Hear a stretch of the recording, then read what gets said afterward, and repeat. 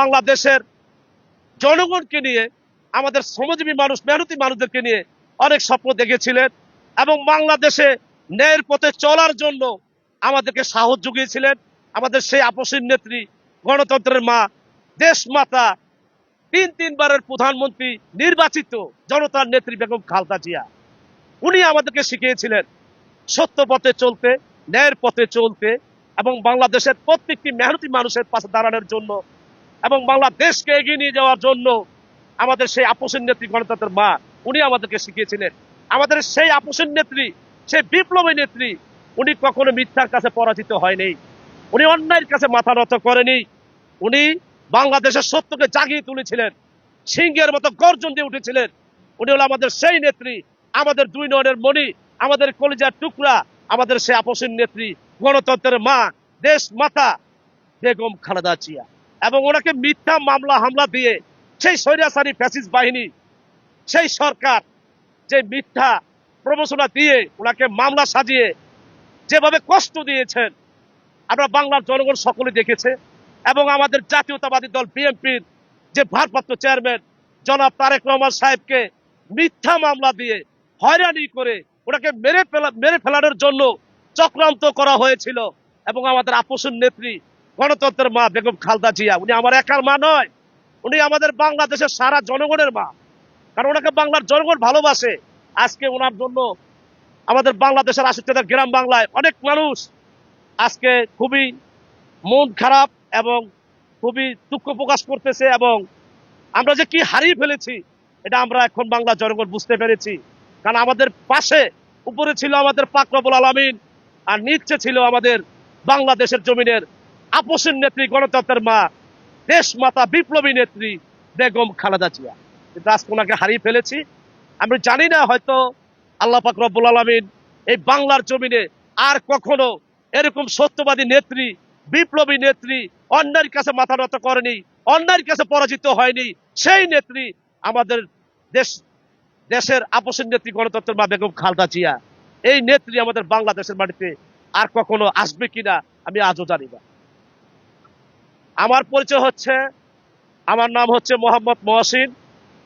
আমি ঢাকা মোহাম্মদপুর থানার জাতীয়তাবাদী দল বিএনপি দলের একটি কর্মী।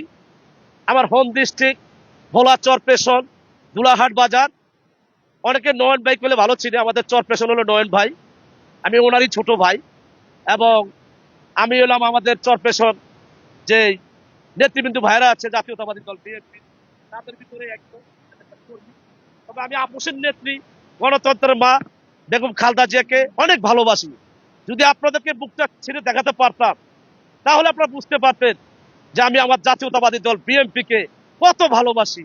এবং আমাকে এই সাহস জুগিয়েছিলেন আমাদের আপসীন নেত্রী, গণতন্ত্রের মা, দেশ মাতা বেগম খালেদা জিয়া।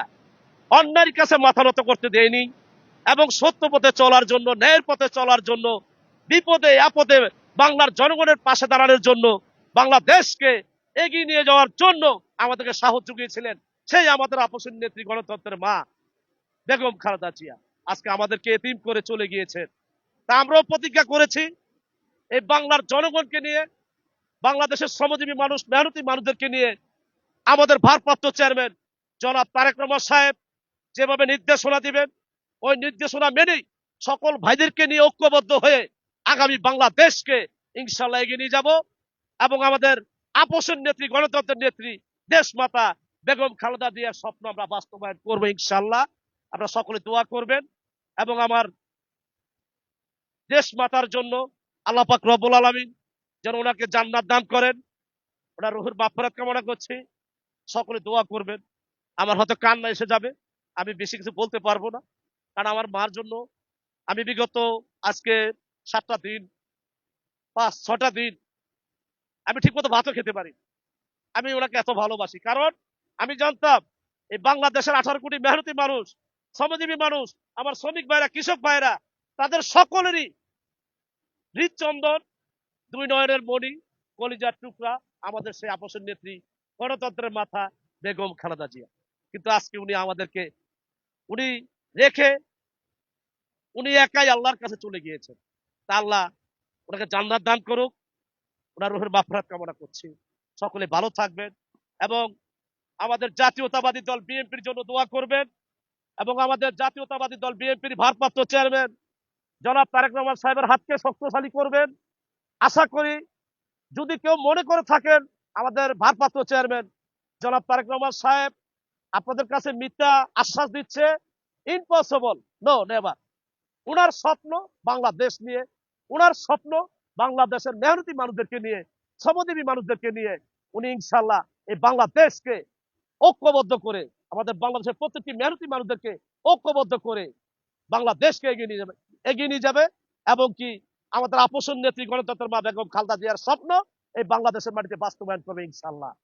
সকলে দোয়া করবেন এবং আমাদের ভারপ্রাপ্ত চেয়ারম্যান জনাব তারেক রহমান সাহেব কিন্তু দুটি বার্তা দিয়েছিলেন। একটি বার্তা দিয়েছিলেন সবার আগে আমাদের বাংলাদেশ,